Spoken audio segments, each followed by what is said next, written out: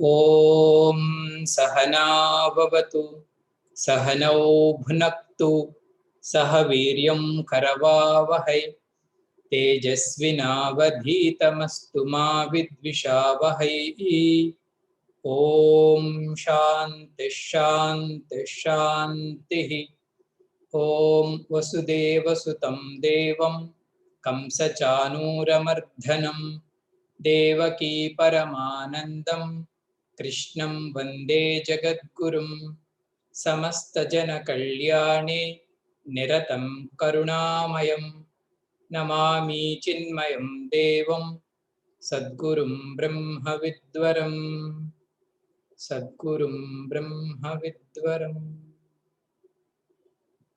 हरि ओम। రెండవ రోజు మన గీతా సత్సంగానికి స్వాగతం. ఒక భజన చేద్దాం స్వామి వారిది. శ్రీకృష్ణ పరమాత్మ. नंद के दुलारे यशोदा के प्यारे, नंद के दुलारे यशोदा के प्यारे, मुकुंद मुरारे मुकुंद मुरारे दिनों के सहारे, नंद के दुलारे यशोदा के प्यारे, करुणा सागर गिरिधर नागर, करुणा सागर गिरिधर नागर, मुरली मनोहर पाहि मुरारे, नंद के दुलारे यशोदा के प्यारे, नंद के दुलारे यशोदा के प्यारे, यशोदा के प्यारे। यशोदा कृष्ण भगवान की जय। भगवत गीता। ओम पार्थाय प्रतिबोधितां भगवता नारायणेन स्वयं व्यासेन ग्रथितां पुराणमुनिना मध्ये महाभारतम् अद्वैतामृतवर्षिणीं भगवतीम् अष्टादशाध्यायिनीम् अम्ब त्वामनुसन्दधामि भगवद्गीते भवद्वेषिणीम् भगवद्गीते भवद्वेषिणीम्। రెండవ అధ్యాయం 66, 67, 68. నాస్తి బుద్ధిరయుక్తస్య నచాయుక్తస్య భావనా నచా భావయతః శాంతిః అశాంతస్య కుతః సుఖం ఇంద్రియాణాం హి చరతాం యన్మనోనువిధీయతే తదస్య హరతి ప్రజ్ఞాం వాయుర్నావమివాంభసి తస్మాదస్య మహాబాహో నిగృహీతాని సర్వశః ఇంద్రియాణీంద్రియార్థేభ్యః తస్య ప్రజ్ఞా ప్రతిష్ఠిత. అర్జునుడు, స్వామి స్థితప్రజ్ఞుడి యొక్క లక్షణాలు నాకు చెప్పండి అంటే స్వామి స్థితప్రజ్ఞ లక్షణాలు కొన్నింటిని చెప్పారు. ఆ మహాపురుషుడు ఈ రకంగా ఈ రకంగా ఈ రకంగా ఉంటారు అర్జున అని శ్రీకృష్ణుడే పెయింట్ వేసి చూపిస్తున్నాడు. ఎందుకంటే మనకు అనుభవం లేని సైడ్ అది కదండి. ఎవరో చెప్పుకోవడమే తప్పించి జీవన్ముక్తుడాయన మహాత్ముడాయన స్థితప్రజ్ఞుడాయన అంటే అయితే మంచిదే నమస్కారం అంటాం మనం, అంతే. భగవంతుడు పెయింట్ చేసి ఆయన దృశ్యాన్ని అర్జునుడు భుజాలపై నుంచి మనందరికీ చూపిస్తున్నాడు. ఈ లక్షణాలు కలిగిన మహాత్ముడు స్థితప్రజ్ఞుడు. కొన్ని లక్షణాలను చెప్పి తరువాత స్వామి ఒక టాపిక్ స్టార్ట్ చేశారు. ఆ టాపిక్ ఏంటి స్వామిజీ అంటే నిన్నటితో కంక్లూడ్ చేశాం మనం. అదేంటండి అంటే నిగ్రహం. ఇంద్రియ నిగ్రహం యొక్క ఆవశ్యకత ఎంతో డీటెయిల్డ్ గా సో మెనీ శ్లోకాస్, చాలా శ్లోకాల్లో ఆ విశేషతని భగవంతుడు ఎక్స్ప్లెయిన్ చేయడం జరిగింది. కొంతసేపు లిటిల్ టైం మనం రిఫ్లెక్ట్ చేద్దాం. ఈ నిగ్రహం యొక్క అవసరం ఏంటో, దాన్ని ఏ రకంగా సంపాదించాలి. పరమాత్మ చెప్తాడు, ఇంద్రియ నిగ్రహానికి పరాకాష్ట ఏంటి స్వామీజీ అంటే అల్టిమేట్ పొజిషన్. ఆయన పర్ఫెక్ట్ గా ఇంద్రియ నిగ్రహాన్ని కలిగి ఉన్నాడు అంటే ఎలా ఉంటాడంట, కూర్మోంగానీవ సర్వసహ. ఆయన స్టేట్ అలా ఉంటది. ఏ రకంగా అయితే ఒక కూర్మం తన ఇంద్రియాలకి ఎప్పుడైనా హాని జరుగుతాది అంటే సంహరతే ఛాయం, తన ఇంద్రియాలన్నింటినీ కూడా తను ఉపసంహరించుకోగలదు, తనని తాను సేవ్ చేసుకోగలదు కదండి. ఇది పరాకాష్ట ఇంద్రియ నిగ్రహానికి. అయితే ఇటువంటి పరాకాష్ఠతత్వం కలిగిన ఇంద్రియ నిగ్రహం జ్ఞానికి సహజం. ఆయనకి సహజంగానే ఈ స్థితి ఉంటది. ఎప్పుడైనా చిన్న అపాయం కలిగింది అండి అంటే సంహరతే ఛాయం, ఇంద్రియాలన్నింటినీ కూడా ఆయన ఉపసంహరించుకోక అనాయాసత, ఎటువంటి ఆయాసం లేకుండానే వాటన్నింటినీ ఆయన నిగ్రహించగలరు. ఎవరు? జ్ఞానికి సహజంగా ఉండే స్థితి ఇది. కానీ సాధకుడికి మొదట్లో ఈ స్థితి ఉండదు.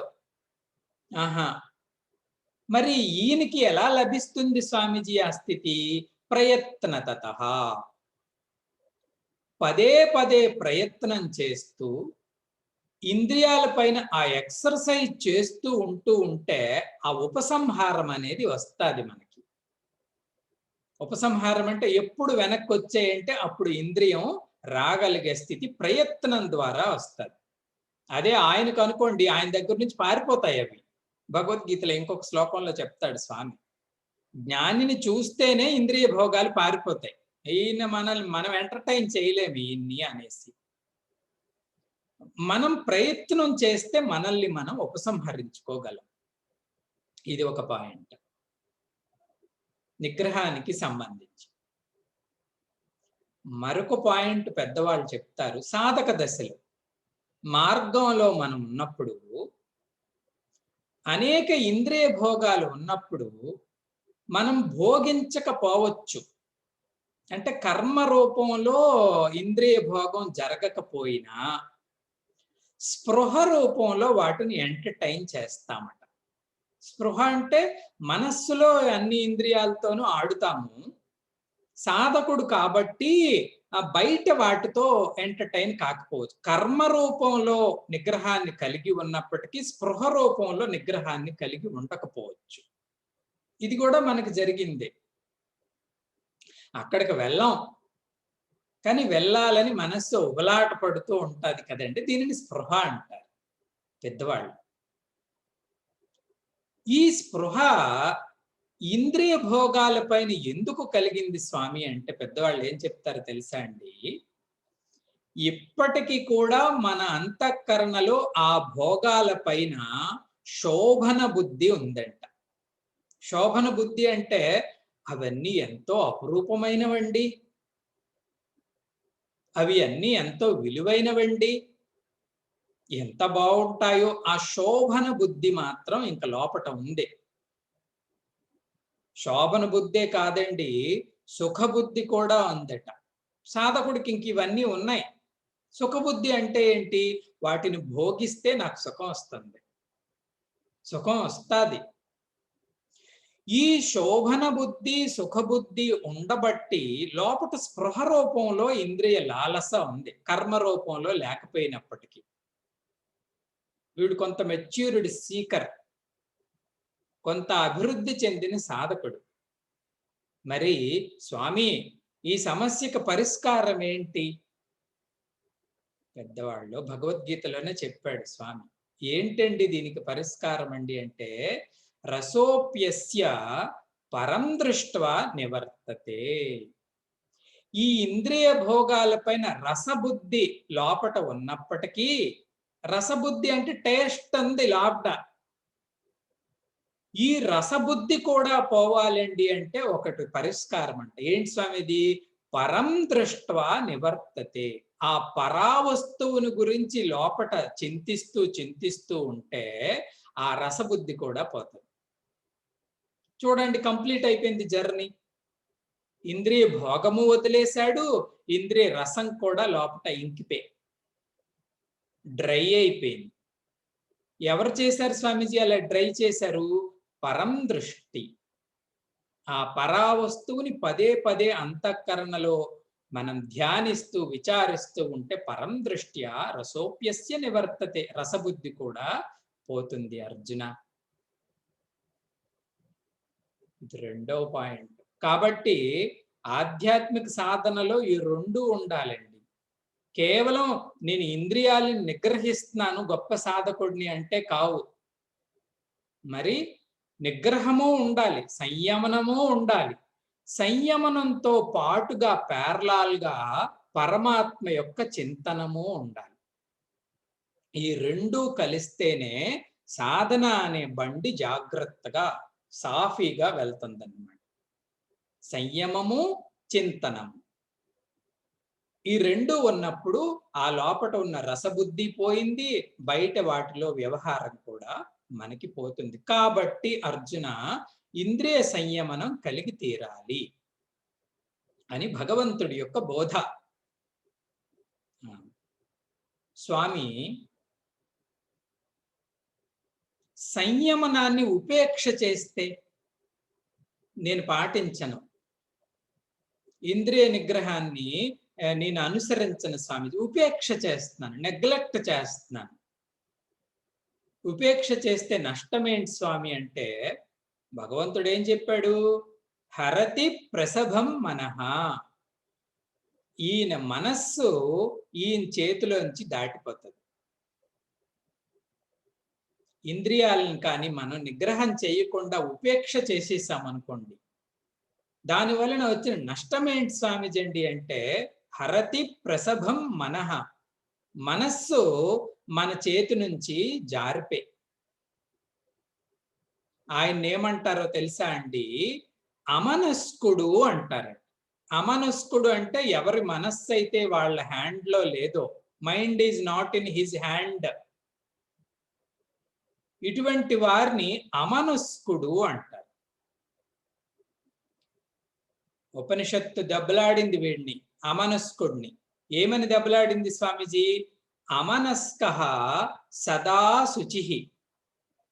ఎవరైతే అమనస్కుడో వీడు సదా అశుచి అంట. సదా శుచి అని చదివేకండి. సదా ప్లస్ అశుచి ఈజ్ ఈక్వల్ టు సదా శుచిః. అమనస్క సదా శుచిః అంటది ఉపనిషత్తు. ఏ వ్యక్తి మనస్సు అయితే తన ఆధీనంలో లేదో వాడు నిత్య అశుచి, క్లీన్లీనెస్ లేనివాడు. జనరల్ గా మన అభిప్రాయం ఏంటి స్వామీజీ అంటే శుచి అంటే ఇల్లు జాగ్రత్తగా ఉండాలి, బట్ట జాగ్రత్తగా ఉండాలి, భోజనం శుభ్రంగా ఉండాలి.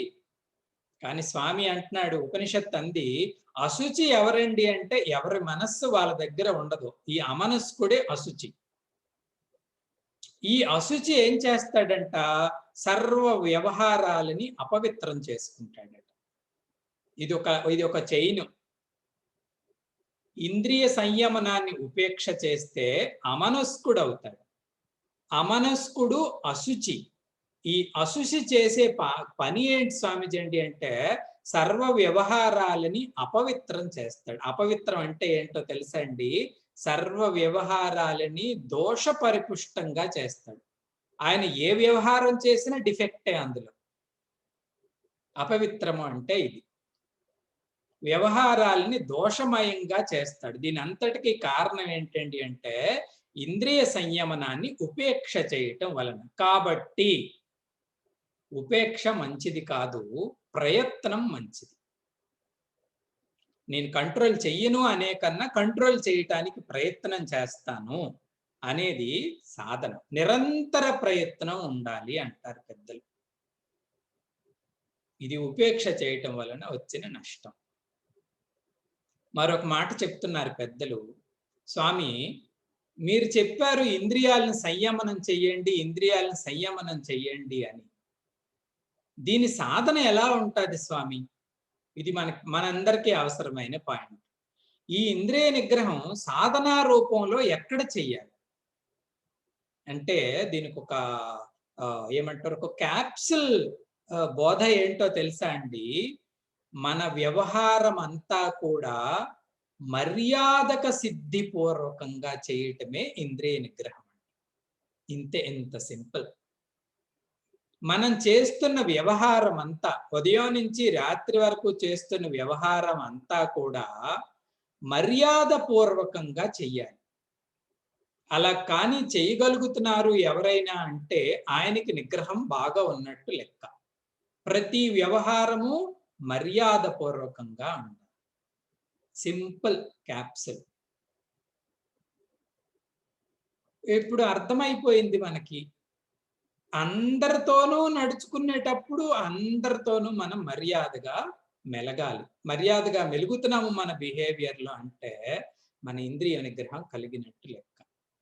ఇంకా మంచిదైతే మన వ్యవహారంలో మధురత ఉండాలంట, స్వీట్నెస్, హితం ఉండాలంట, అవతల వ్యక్తి యొక్క వెల్ఫేర్, శాస్త్ర విహితమై ఉండాలంట మన వ్యవహారం.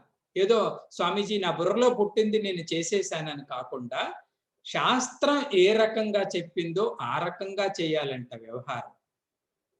ఇంకా మన పెద్దవాళ్ళు, గురువులు, మహాత్ములు వాళ్ళు ఎలా నడుచుకున్నారో మనం అలా నడుచుకుంటూ ఉంటే మన వ్యవహారం మొత్తం మర్యాద భూయిష్టం అవుతుంది, ఫుల్డ్. ఇటువంటి మర్యాదని మన వ్యవహారంలో నింపడమే ఇంద్రియ సంయమనాన్ని కలిగి ఉండటం. అంతే.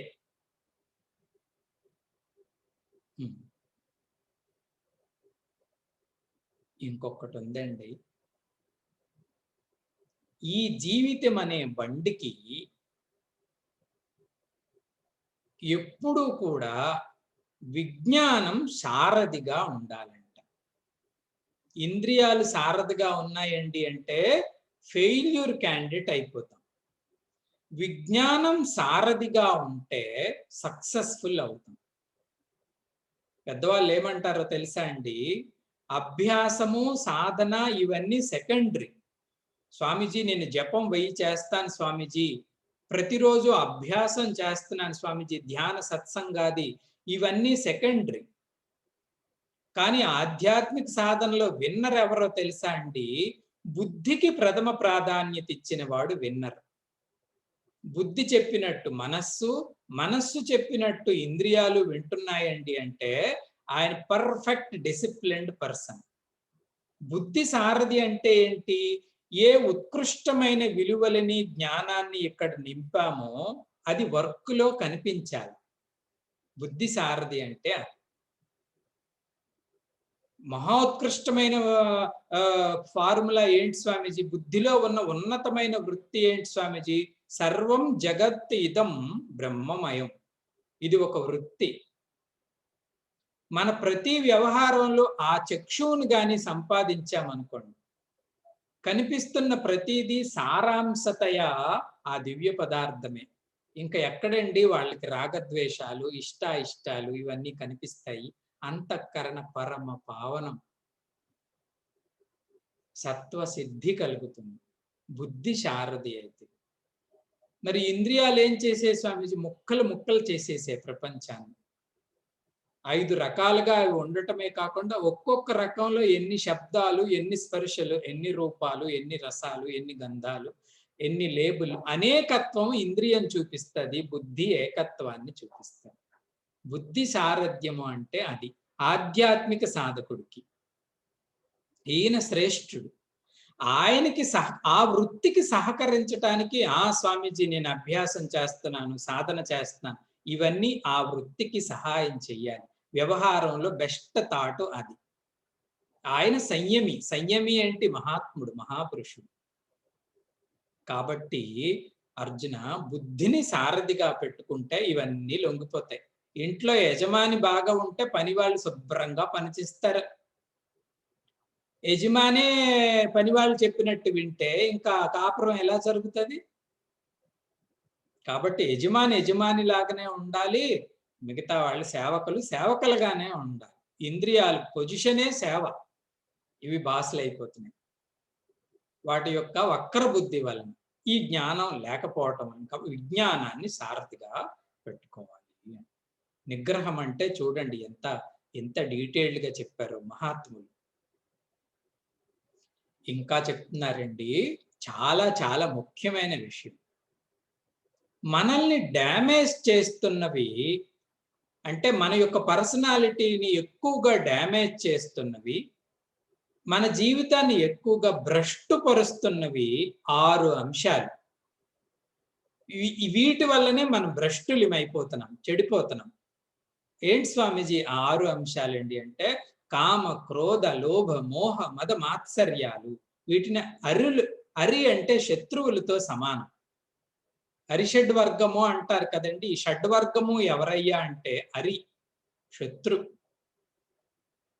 మరి సంయమనం గురించి చెప్పారు కదండి పరమాత్మ. సంయమము ఎక్కడ చెయ్యాలి, నిగ్రహం ఎక్కడ చేయాలి స్వామి అంటే జాగ్రత్తగా వినండి. ఈ 6 విషయాలకి 6 రకాలైన నిగ్రహాన్ని మనం కలిగి ఉండాలంట. సాధకుడు సంపాదించేది ఏంటి స్వామిజీ అంటే ఇదే. ఈ 6 శత్రువుల ఎడల 6 రకాలైన నిగ్రహత్వాన్ని కలిగి ఉండాలి. కామం వచ్చింది, నిగ్రహిస్తున్నాను స్వామి, నిగ్రహించగలుగుతున్నాను. క్రోధం, లోభం, మోహం, మదం, మాత్సర్యం, ఈ 6ంటికి స్వేచ్ఛని ప్రసాదించామా మనల్ని భ్రష్టుల్ని చేస్తాయి. ఈ 6ంటిని నిగ్రహించామా మనల్ని మనకి ఆధీనంలో ఉంచుకోగలుగుతాం. కాబట్టి పెద్దవాళ్ళే ఇది ఎక్కడ చెప్పాడు పరమాత్మ? ధ్యాయతో విషయాన్ పుంసః సంగస్తేషూపజాయతే, సంగాత్ సంజాయతే కామః, కామాత్ క్రోధః, క్రోధాత్ సమ్మోహః, ఇవన్నీ ఈ 6 మనల్ని పతనం చేసే శత్రువులు. కాబట్టి 6ంటి యందు నిగ్రహాన్ని కలిగి ఉండాలి. ఎలా కలిగి ఉండాలనేది మీ క్రోధానికి మీరే, మీ లోభానికి మీరే, మీ మదానికి మీరే నిగ్రహించు కదండి. ఎందుకంటే ఈ 6ంటి అనుభవము మా దగ్గర ఉంది స్వామి. అప్పుడప్పుడు నిగ్రహించగలుగుతున్నాం కూడా. కానీ ఈ 6ంటికి 6 వెపన్లు మనం తయారు చేసుకుంటే ఈ నిగ్రహం మనకి తద్వారా ఏం లభిస్తుంది స్వామిజీ అంటే ఆ మనిషి యొక్క వ్యక్తిత్వానికి సౌందర్యం వస్తుంది. క్రోధాన్ని నిగ్రహించాడు స్వామి, కామాన్ని నిగ్రహించాడు, లోభ మోహ మదమాత్సర్యాలను నిగ్రహించాడంటే వారే మహాపురుషుడు. వాళ్ళకి మనకి ఉన్న వ్యత్యాసం ఏంటి స్వామిజీ అంటే వీటికి బానిసలం మనము, ఇవి వారి ఆధీనంలో ఉంటాయి. కాబట్టి మన యొక్క వ్యక్తిత్వమే సౌందర్యాన్ని పొందుతుంది. బ్యూటిఫికేషన్ ఆఫ్ క్యారెక్టర్ చెయ్యాలండి అంటే ఈ 6ంటిని నిగ్రహించగలిగే శక్తిని సంపాదించాలి. అయితే స్వామి మీరు చెప్పారు సంయమం చేయమంటున్నారు ఇంద్రియాల్ని. మేము సమస్త వ్యవహారాన్ని విడిచిపెట్టేసి ఓ హిమాలయానికో గురుకులానికో పోయి సాధన చేస్తాము అంటే కాదు. దీనితో ఉన్న జాగ్రత్త అయిన ఆలోచనే అది. సంయమము వ్యవహారానికి ఆపోజిట్ కాదు. ఇంద్రియ నిగ్రహం వ్యవహారం చెయ్యకపోతే సిద్ధించదు. వ్యవహారంలోనే సంయమం చెయ్యాలి. ఇది కూడా జాగ్రత్తే. అయితే ఎలా చేయాలి స్వామీజీ? వ్యవహారంలో రాగద్వేష వియుక్తైస్తూ అంటాడు స్వామి. సమస్త వ్యవహారంలోనూ రాగద్వేషాలను కానీ విడిచిపెట్టి చేస్తే సంయమనాన్ని మనం సాధించటం సులభం. దేనికి లేబుల్ వేయకూడదు వ్యవహారానికి. ఏం లేబుల్ స్వామి? ఇది ఇష్టమైనది, ఇది కష్టమైనది అనే లేబుల్ వేయకుండా వెళ్ళాలి. రాగద్వేష వియుక్తుడు అంటే ఈ లేబులింగ్ చేయనివాడు. పెద్దవాళ్ళు ఏమంటారండి అంటే ఇది ఒక గొప్ప సిద్ధి. ఇతరుల్ని లేబుల్ చేయకపోవటము, జడ్జి చేయకపోవటం ఒక సిద్ధి అంటారు. మరి ఏ దృష్టితో ఉండాలి స్వామీజీ రాగద్వేషాలు లేకుండా ఉండాలి అండి అంటే ఈ సమస్త వ్యవహారం ప్రభుపరం అనే బుద్ధితో ఉండాలంట. మంచి వృత్తి. మరి సాధన అంటే అదే కదండి. మనందరం అంటున్నాం స్వామీజీ మేము భక్తులు మీ జ్ఞాన సాధన చేస్తాము, చిన్మయ మిషన్ సభ్యులు మీ చిన్మయ మిషన్ వింటుంటాము అంటే మన తాలూకా ఇక్కడ లేబుల్ ఏంటండి అంటే సాధకులు. సాధకులుగా మన బుర్రలో ఉండవలసిన ఒక వృత్తి ఏంటంటే సమస్త వ్యవహారం, సమస్త జగత్తులో నేను తిరిగేదంతా కూడా ప్రభు పరం. రెండోది, ఇది కర్తవ్యమయమై ఉండాలే తప్పించి రుచిపరాయణం కాకూడదు. ఇది నా కర్తవ్యం కాబట్టి వ్యవహారం నేను చేస్తున్నానే తప్పించి నాకు ప్రత్యేకమైన రుచి ప్రధానత ఉండకూడదు. రుచి ప్రధానతం అంటే సెల్ఫ్ ఇంట్రెస్ట్. ఒక దగ్గర సెల్ఫ్ ఇంట్రెస్ట్ ఉంది అంటే ఇంకొక దగ్గర మనకు ఆ సెల్ఫ్ ఇంట్రెస్ట్ లేదనే లెక్క. కాబట్టి ఈ అహం అహం అనే నా అనే దాన్ని కొంచెం తగ్గించి ప్రభువుని ఎక్కువగా మనం ప్రతిక్షేపించాలి కర్మలో. అంతే తప్పించి వ్యవహారాన్ని వదిలి నేను సంయమం చేస్తాను స్వామి అంటే గీతలో అయితే స్వామి అలా చెప్పలేదు. వ్యవహారంలో ఉంటూనే రాగద్వేషాలని దాటి భగవత్ వృత్తిని ప్రతిక్షేపించి నీ కర్తవ్యంగా చెయ్యటమే సంయమం తప్పించి నీ యొక్క ఇష్టాల ప్రకారం నేను చేస్తానని కూడందే అసంయమం. కాబట్టి సంయమంలో ఇదొకటి. దీన్నంతటినీ కూడా సంయమ ప్రకరణము అంటారు భగవద్గీతలో. నిగ్రహానికి పరమాత్మ ఇచ్చిన ప్రాధాన్యత అంత ఎక్కువ. ఎందుకు స్వామి అంటే మనకి కావలసిందేమో స్థిత ప్రజ్ఞత. ఈ ప్రజ్ఞ స్థిరంగా ఉండాలి. ప్రజ్ఞ స్థిరంగా ఉండాలండి అంటే ఇంద్రియాలు బహుముఖంగా ఉంటే అది కుదరదు. అవన్నీ ఒక బిందువు దగ్గర ఉంటే ఈయన శాంతంగా ఉంటాడు. అప్పుడు బ్రహ్మ విచారాన్ని చేయగలడు, తత్వస్పర్శని చేయగలడు. లేదు అంటే నావం ఇవ అంబసి, నీటిలో నావ మునిగిపోయినట్టుగా ఈ సంసారంలో మనం మునిగిపోతున్నాం కదండి సంసారంలో. ఎప్పుడూ ఇదే మనకి ముఖ్యమైన విషయం. అది అంత విషయం ప్రాధాన్యత లేకుండా ఉంటుంది. కాబట్టి ప్రజ్ఞ ప్రతిష్ఠితం కావాలి అంటే సంయమనాన్ని పాటించు అర్జున అని స్వామి ఆ ప్రకరణాన్ని ముగించేశారు. ఈరోజు 69వ శ్లోకం భగవంతుడు స్థితప్రజ్ఞుల గురించి చెప్పబోతున్నారు. ఈ 69వ శ్లోకం ఏంటో చూద్దాం. యానిషా సర్వభూతానాం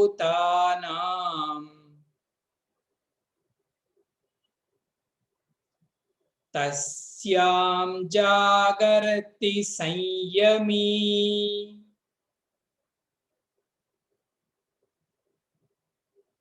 యస్యాం జాగ్రతి భూతాని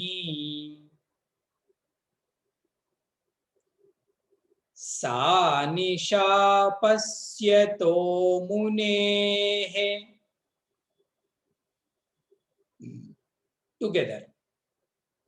యా నిశా సర్వభూతానాం తస్యాం జాగ్రతి సంయమీ యస్యాం జాగ్రతి భూతాని సా నిశా పశ్యతో మునేః. సడన్ గా స్వామి టాపిక్ మార్చేసాడు. ఆ టాపిక్ అయిపోయింది. అర్జునుడు పాప 4 వైపులా చూస్తున్నాడు. ఏంటి స్వామి నియమం నిగ్రహం నియమం నిగ్రహం చెప్తున్నావు? అర్జునుడి అటెన్షన్ అంతటిని డ్రా చేయటానికి కొంతమంది అలా భాష్యం చెప్తారు దీని గురించి. ఏదేదో చూస్తున్న అర్జునుడి అటెన్షన్ అంతా తను డ్రా చేయటానికి శ్రీకృష్ణ పరమాత్మ ఒక ప్రత్యేక రకంగా ఆ మహాత్ముడి గురించి చెప్తున్నాడు ఈ శ్లోకంలో. నిజానికి అర్జునుడు అడిగిన ప్రశ్నల్లో స్థిత ప్రజ్ఞస్య కా భాష వ్రజేత కిం వ్రజేత కిం భాషతే కిం, ఏ రకంగా మాట్లాడుతాడు, ఏ రకంగా కూర్చుంటాడు, ఏ రకంగా వ్యవహారం చేస్తాడు, ఇవన్నీ ప్రశ్నలు అర్జునుడు అడిగాడు. ఈ 69వ శ్లోకంలో స్వామి అర్జునుడు అడగనప్పటికీ ఈ మహాత్ముడి యొక్క దృష్టి ఎలా ఉంటుందో శ్రీకృష్ణ పరమాత్మ చెప్తున్నాడు. ఏ రకంగా చూస్తాడు ఆయన.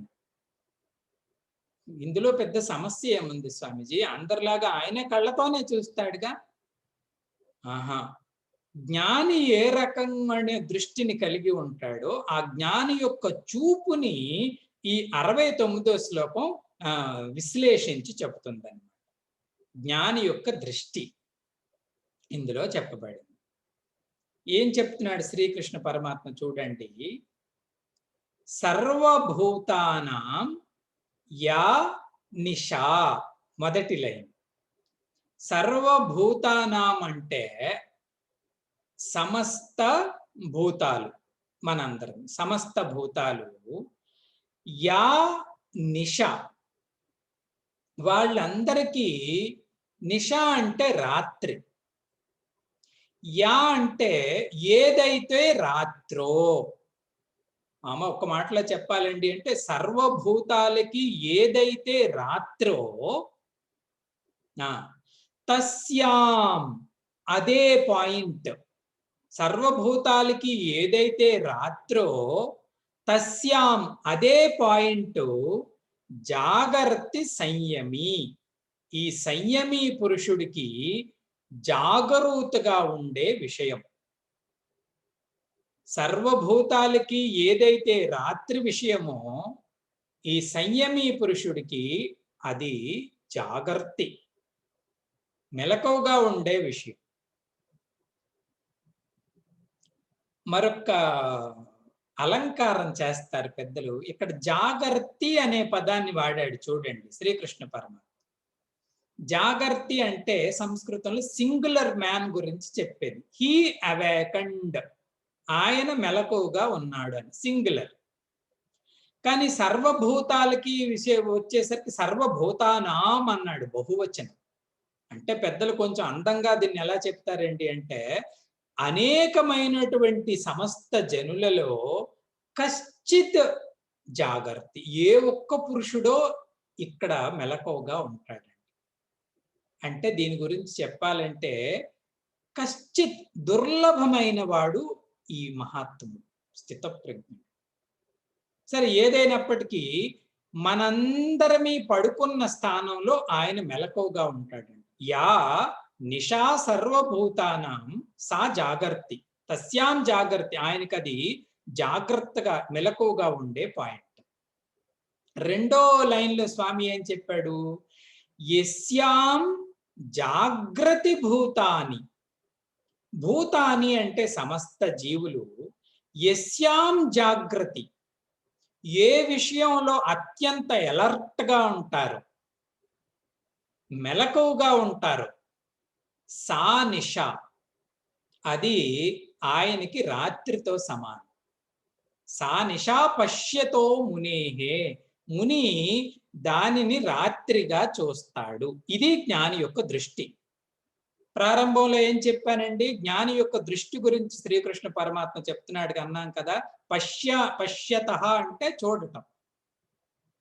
ముని యొక్క దృష్టి ఎలా ఉంటదంట, ఏ విషయంలో సమస్త భూతాలు నిద్రిస్తున్నాయో ఆయన అక్కడ అలర్ట్ గా ఉంటాడు. ఏ విషయంలో సమస్త భూతాలు మెలకువగా ఉన్నాయో ఆయన దాని నిద్రతో సమానంగా చూస్తాడు. ఇదే జ్ఞాని యొక్క దృష్టి అర్జున. నువ్వు అడగనది నేను చెప్తున్నాను, జాగ్రత్తగా విను అని స్వామి చెప్పాడు. ఏంటి స్వామిజీ ఇది? రమణ మహర్షి దగ్గరికి ఒక స్టూడెంట్ వెళ్ళాడట ఈ శ్లోకం పట్టుకొని, 69వ శ్లోకం పట్టుకొని వెళ్ళి అలా చూస్తున్నాడంట ఆయన, రేయిం బగళ్ళు రేయిం బగళ్ళు రేయిం బగళ్ళు. రమణ మహర్షి ఈ అబ్బాయిని చూశారట. చూసి, ఏమిట్రా అబ్బాయి అని, రాత్రి పగలు మాటికి లేస్తావు, నన్ను చూస్తావు, ఎటెళ్ళినా ఏం చేస్తున్నావు, ఏమిట్రా ఏంటి నీ డౌటు అంటే, ఆ స్టూడెంట్ చెప్పాడంట, స్వామి 69 గీతలో ఒక శ్లోకం ఉందండి. ఏంట్రా ఆ శ్లోకం అంటే, మేమందరం పడుకున్నప్పుడు మీరు మెలకువగా ఉంటారంట, మేమందరం మెలకువగా ఉన్నప్పుడు మీరు పడుకొని ఉంటారంట, మీరు రాత్రిపూట పడుకుంటున్నారా మెలకువగా ఉంటున్నారో చూస్తున్నాను స్వామి అన్నాడంట వాడు. అంటే వాడికి అర్థమైంది ఇది. ఇక్కడ గీత చెప్పడం అయితే అలాగే చెప్పాడు కదా పరమాత్మ. మనందరం పడుకున్న దగ్గర ఆయన మెలకువగా ఉంటాడు, మనందరం మెలకువగా ఉన్నప్పుడు ఆయన పడుకొని ఉంటాడంటే మనకెలా అర్థం అవుతుంది? ఓహో, ఆయన రాత్రిపూట మెలకువగా ఉంటాడు, పగటిపూట పడుకుంటూ పోతాడేమో. ఈ రోజు ఇదే చూస్తున్నాడు, పగటిపూట పడుకుంటాడా ఈయన, రాత్రిపూట పడుకుంటాడా? భగవద్గీతలో చెప్పింది ఈయన గురించే కదా, ఈయన మహాత్మ పురుషుడు కాబట్టి అంటే స్వామి ఏదో నవ్వారట, అలా పనిచేస్తాయన్నమాట మీ బుర్రలు అని. సరే, ఈ భగవంతుడు ఈ చెప్పిన నిశా ఏంటి, జాగ్రత్త ఏంటి, మనం పడుకోవడం ఏంటి, ఆయన మెలకువగా ఉండడం ఏంటో చూద్దాం. శంకర భగవత్పాదులు బ్యూటిఫుల్ గా ఈ శ్లోకాన్ని విశ్లేషించి చెప్తారు. నిశా అంటే అర్థానికి ఆయన ట్రాన్స్లేషన్ ఏంటి, నిశా ఈజ్ ఈక్వల్ టు రాత్రి అంటాడు. నిశా అంటే రాత్రి. రాత్రి అంటే ఏమనుకున్నారో మై డియర్ స్టూడెంట్స్, అండ్ రాత్రి అంటే ఏంటంట, సర్వ పదార్థానాం అవివేకకరీ అంటాడు ఆయన. రాత్రిలో జరిగే పని ఏంటండి, సర్వ పదార్థానాం అవివేకకరి రాత్రి. సమస్త పదార్థాలకి గురించి వివేకం లేని దానిని రాత్రి అంటారు.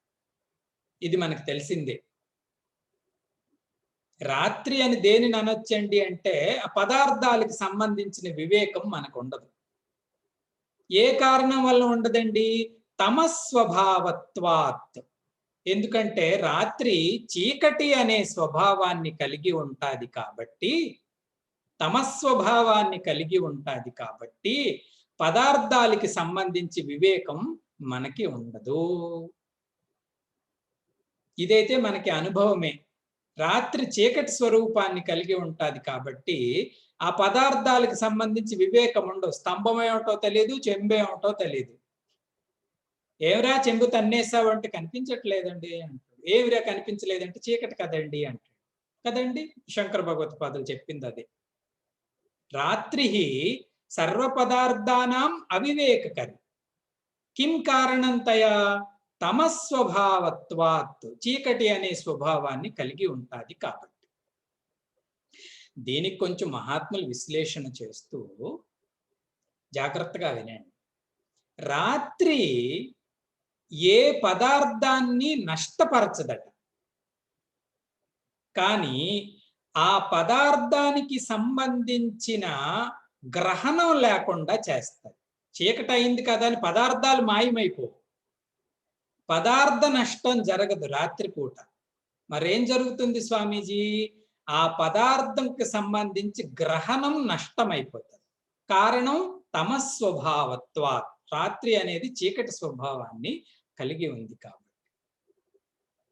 గ్రహణం అంటే మన అనుభవంలోనికి తీసుకురాదు పదార్థాన్ని. రాత్రి ఒకదాన్ని ఇంకొక దానిలాగా అనుకుంటాం, క్లారిటీ ఉండదు. మన గ్రాస్పింగ్ లో క్లారిటీ ఉండదు. ఈ పరిస్థితిని అయితే తీసుకొస్తుంది రాత్రి, పదార్థాన్ని మిస్ చేసేది.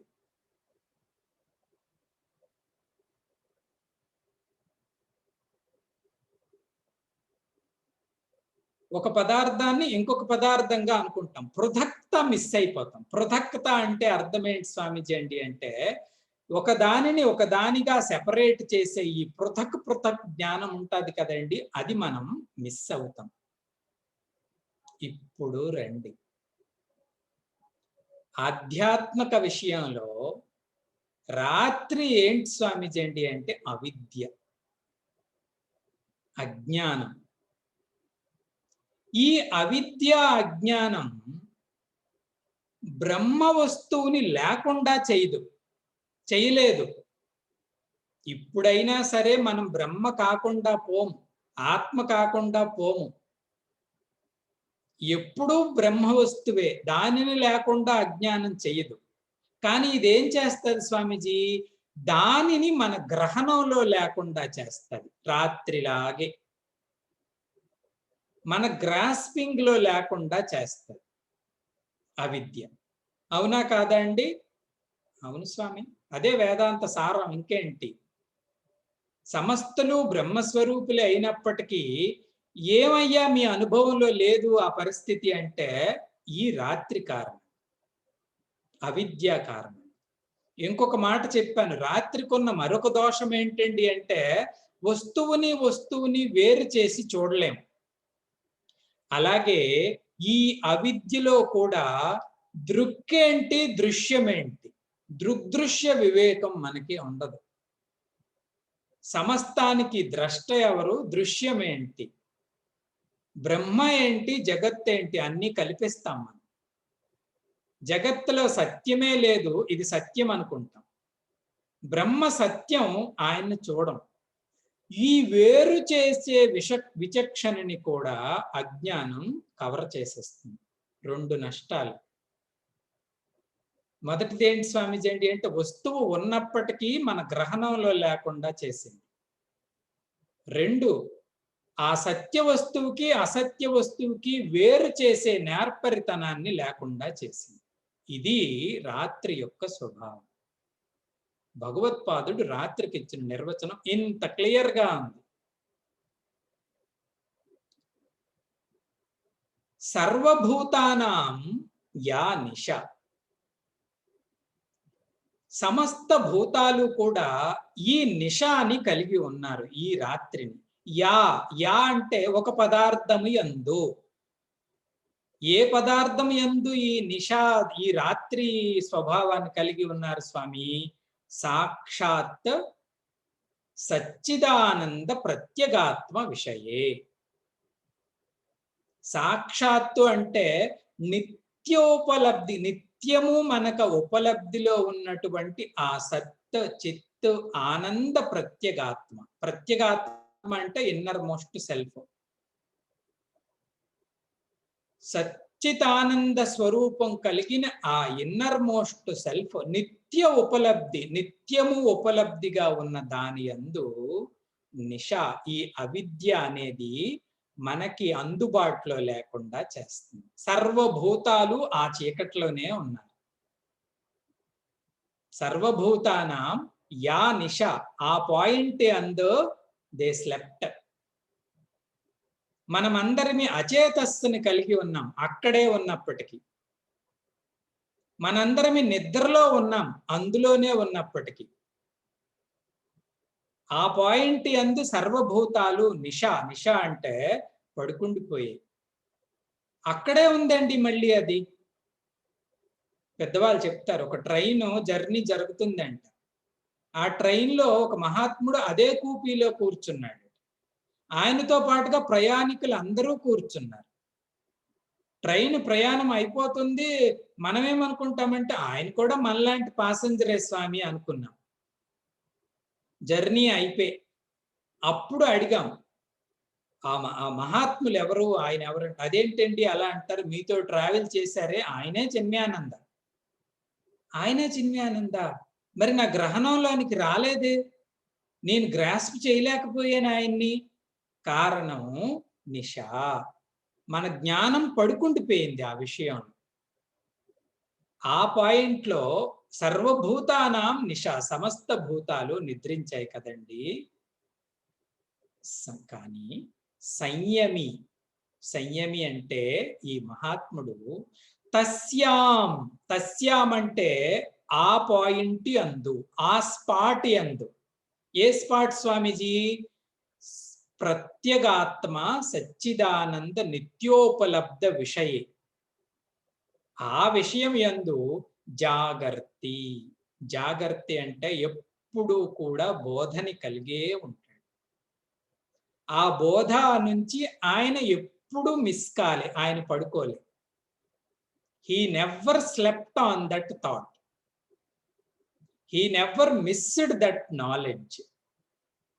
దీనినే సంస్కృత భాషలో బోధని కలిగి ఉండడం. ఆ బోధ ఎప్పుడు కూడా ఆయన మిస్ అవ్వలే. బోధాత్మానందుడు ఆయన. మనం నిద్రాత్మానందులం. అదే పాయింట్ అందు. ఇది వ్యత్యాసం అర్జున, ఆయన దృష్టికి మీ దృష్టికి. ఇంతటితో ఆగిపోలేదు అర్జున ప్రయాణం.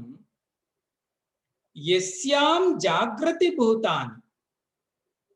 ఇంక రెండో ప్రాబ్లం ఉంది. భూతాని అంటే సమస్త భూతాలు. జాగృతి, జాగృతి అంటే వెరీ వెరీ అలర్ట్, చాలా చేతనంగా ఉంటాం. యస్యాం ఏ విషయం యందు అయితే. స్వామీజీ ఏ విషయంలో స్వామీజీ మేమంత అలర్ట్ గా ఉంటాం? ఏ విషయంలో ఉంటారండి అంటే ప్రపంచ విషయే. ఈ ప్రాపంచికమైన విషయాల దగ్గరికి వచ్చేసరికి మాత్రము సమస్త భూతాని జాగృతి. సమస్త భూతాలందరూ కూడా వెరీ వెరీ అలర్ట్ గా ఉంటారు, చేతనంగా ఉంటారు. ప్రతి దాన్ని అబ్జర్వ్ చేస్తున్నాం స్వామీజీ. నా దృష్టి నుంచి ఏది తప్పించుకోలేను స్వామీజీ అంటాం. We don't sleep on the world. మనం పడుకుండిపోం ప్రాపంచికమైన విషయంలో. మీకు అనుభవంలో ఉందో లేదో తెలియదు కానండి, ఈ ఎగ్జాంపుల్ అయితే నాకు మాత్రం అనుభవంలో ఉంది. చిన్నపిల్లలప్పుడు షాపింగ్కి వెళ్ళాం అనుకోండి. మనం షాపింగ్కి వెళ్ళినప్పుడు 10 రూపాయలు ఇస్తారు మన పెద్దోళ్ళు. 10 రూపాయలు ఇచ్చి ఏదో ఫలానాది కొనుక్కొని రాబోయ్ అని చెప్తారు. అప్పుడు ఇంటికి చేసే సేవ అదొకటే. ఎందుకంటే పెద్దవాళ్ళు పదే పదే పరిగెత్తలేరు. మనం ఎంత వేగంగా వదులుతారో పరుగు పెడదామని మనం. సో ఇది ఒక అవకాశం. మళ్ళీ వాళ్ళు ఏదైనా నేను ఆ రోజు చేశానుగా, నాకు ఆటకి ఇడిచిపెట్టు అని మనం అల్లరి చేసేవాళ్ళు. సో ఈ వీళ్ళు 10 రూపాయలు ఇచ్చి బయటకు వెళ్ళి ఫలానాది కొనుక్కి రారా అంటారు. మనం వెళ్తాం. 6 రూపాయలు వస్తువు మనకు అప్పుడు తెలీదు, చిన్నవాళ్ళం కాదు. 6 రూపాయల వస్తువు ఏదో పట్టుకొని వచ్చాం అనుకోండి. ఆ వస్తువు ఇచ్చిన మిగతా చిల్లరి అమ్మ చేతిలోనో నాన్న చేతిలోనో పెడతాం. వాళ్ళు చిల్లర లెక్క పెడతారు. లెక్క పెడితే అందులో రూపాయి తగ్గింది అనుకోండి. రూపాయి తగ్గితే తల్లిదండ్రులు ఏమంటారండి? ఏ పడుకుడిపోయేవా నువ్వు అక్కడ? ఎంత ఇస్తున్నాడు చూసుకోవు? ప్రపంచ విషయాల్లో పడుకుండిపోతావా? Be alert. ఈ పదం వాడేవారు. ఏ పడుకుండిపోయేవా నువ్వు అక్కడ? చూసుకోవా ఏం జరుగుతుందో అంటే. ప్రపంచ విషయే జాగృతి భూతాని. యశ్యాం అంటే ఇక్కడ ప్రపంచ విషయే భూతాని జాగృతి. అందరమీ very very very very alert గా ఉంటాం. స్వామీజీ నా దృష్టి నుంచి ఎవరు తప్పించుకోలేరండి అంటాం. ఎంత జాగ్రత్తగా ఉంటామట చూడండి. కొంచెం వేదాంత పరిభాషలో అర్థమైతే అర్థమైంది, లేకపోతే లేదు. ఎంతట తెలుసా అండి? ప్రపంచంలో జరుగుతున్నవన్నీ కూడా తర్కపరంగా లాజికల్ గా ఉంటేనే మనం ఒప్పుకుంటాం, లేకపోతే ఒప్పుకోం. అది ఎందుకు అలా జరిగింది స్వామి అంటాం. ఏమండి అంటే సిస్టమేటిక్ గా జరగలేదు, సైంటిఫిక్ గా చేయటం లేదు, రూల్ ప్రకారం వీరు వెళ్ళటం లేదు స్వామి, తర్కపరంగా ఉండాలి అంటాం. అందులో తప్పేటి ఉంది స్వామి అంటాం. కానీ మహాత్ముడు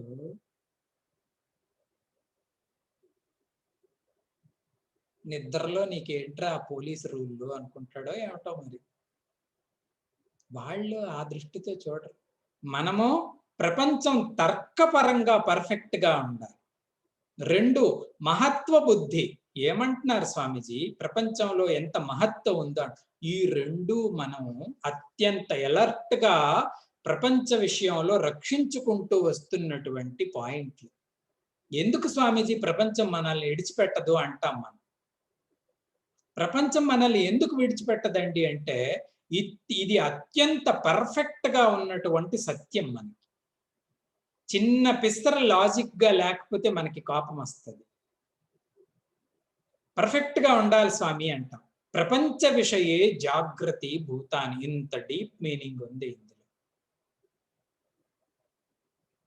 చాలా చాలా అలర్ట్ గా ఉంటాం, ఏది మిస్ అవ్వటానికి ఒప్పుకోం. కొంచెం సరదాగా చెప్పేవారు స్వామీజీ, మనం ఫీల్ అయితే అవుతామేమో, ఏంటి స్వామీజీ అంత సరదాగా చెప్పారు మీ స్వామీజీ అండి అంటే, కొంతమందినంట ఈయనేంటి చాలా టచ్చీగా ఉన్నాడు అంటారు. టచ్చీగా ఉండడం అంటే అర్థం ఏంటండి అంటే, ఇంత పిసరన్నా వాళ్ళకి ఇరిటేషన్ వచ్చేస్తుంది. ఏదో 10 మంది కలిసి మాట్లాడుకుంటున్నారు అనుకోండి, 10 మంది కలిసి మాట్లాడుకోనున్నప్పుడు ఈయన్ని అడిగామనుకోండి, ఏంటండి మీరు ఇంత అప్సెట్ గా ఉన్నారండి అంటే, ఈయన అంటాడంట, వాళ్ళు నా గురించే మాట్లాడుకుంటున్నారు, వాళ్ళు నా గురించి ఆ మాట అన్నారే, ఆ మాట నా గురించి. ఇటువంటి వ్యక్తిత్వం టచ్చీ పర్సనాలిటీ అంటారు. ఇలా ముట్టుకోలేం వాళ్ళని. ఎందుకయ్యా అంటే అంత అలర్ట్ స్వామీజీ నేను ప్రాపంచికమైన విషయాల్లో. Very very alert. I don't sleep. ఎన్నాళ్ళ నుంచండి ఈ పగను మీరు మెయింటైన్ చేస్తున్నారు? గత 3 దశాబ్దాల నుంచి స్వామీజీ. Very alert. యస్యాం భూతాని జాగ్రత్త. సర్వభూతాలు ఈ ప్రపంచ విషయే చాలా జాగ్రత్తగా ఉన్నాయి కదండి. మునేహే పశ్యతః. ముని అయినటువంటి మన స్థితప్రజ్ఞ మహాత్ముడు పశ్యతః అంటే ఆయన ఎలా చూస్తాడట తెలుసా అండి? సా నిష. ఈ ప్రపంచం సా నిష అంటే చీకటి అయిపోయిన రాత్రి అని కాదు, రాత్రిక వ్యవహారం. రాత్రిక వ్యవహారం అంటే ఇది తమస్సుతో, అజ్ఞానంతో నిండినటువంటి పదార్థం. కాబట్టి నిద్రతో సమానంగా ప్రాపంచిక వ్యవహారాన్ని ఆయన చూస్తాడు. ప్రత్యేగాత్మ విషయే ఒక్క క్షణం కూడా ఆ బోధని మర్చిపోడు. ఇది అర్జున జ్ఞాని యొక్క దృష్టి, మన యొక్క దృష్టి. పామరుడు అయిన వాడికి వ్యవహారము యందు చేతనం ఉంటది, సత్యము యందు అచేతనం. He sleeps over the truth. He is very alert in the false. ఆయన he is very alert regarding truth. He sleeps on this false. అంత గొప్ప దృష్టిని కలిగి ఉంటాడు మహాత్ముడు. చూడండి వాళ్ళ యొక్క స్టేటస్ ఎక్కడ ఉంది. ఇది యానిసా సర్వభూతానాం తస్యాం జాగర్తి సంయం. యస్యాం జాగ్రతి భూతాని సా నిష పశ్యతో మునేహే. ఆ ముని దీనిని రాత్రి సమానంగా చూస్తారు. మరి కొంచెం ఎనీహౌ శంకర భగవత్పాదులు కొంచెం అలంకరించినప్పుడు ఆఖరి మాట కూడా చెప్పేస్తున్నాడు. ఏంటి స్వామీజీ ఆ ఆఖరి మాట అంటే, ప్రపంచం ఏమిటి బ్రహ్మ ఏమిటి అంటే, ఆయన నివృత్తి ప్రధాన సన్యాసి. ఎవరు? ఈ ముని. నివృత్తి ప్రధాన సన్యాసి అంటే కర్మకి అంత ప్రాధాన్యత ఇవ్వడు. ఇది రాత్రితో సమానం. జ్ఞానానికే అంత ప్రాధాన్యత ఇస్తాడు. జ్ఞాని యొక్క ప్రతిపాదన ఏంటి స్వామీజీ అండి అంటే, జ్ఞాని సన్యాసి, నివృత్తి ప్రధానుడు. ప్రపంచంకి అంత ప్రాధాన్యత ఇవ్వడానికి బ్రహ్మకే ప్రాధాన్యత ఇస్తాడు. ఆ జ్ఞాని యొక్క ప్రతిపాదన సన్యాసి లక్షణ రూపంలో శంకరాచార్య ఈ విషయాన్ని చెప్పటం జరిగింది. సన్యాసి జ్ఞాని ప్రతిపాదన. అందుకే వాళ్ళు నివృత్తిని ఎంచుకుంటారు ప్రధానంగా. సన్యాసాన్ని ప్రధానంగా ఎందుకు ఎంచుకుంటున్నారు స్వామి అండి అంటే, ఆయన యొక్క బుద్ధిలో ఇది ఉంది, ఈ శ్లోకం ఈ రకంగా ఉంది అని మహాత్ములు చెప్పడం జరిగింది. గొప్ప లక్షణాన్ని చూసాం ఈరోజు. మిగతావి రేపటి క్లాసులో చూద్దాం. ఓం పూర్ణమదః పూర్ణమిదం పూర్ణాత్ పూర్ణముదచ్యతే పూర్ణస్య పూర్ణమాదాయ పూర్ణమేవావశిష్యతే. ఓం శాంతి శాంతి శాంతి. హరి ఓం శ్రీ గురుభ్యో నమః. హరి ఓం.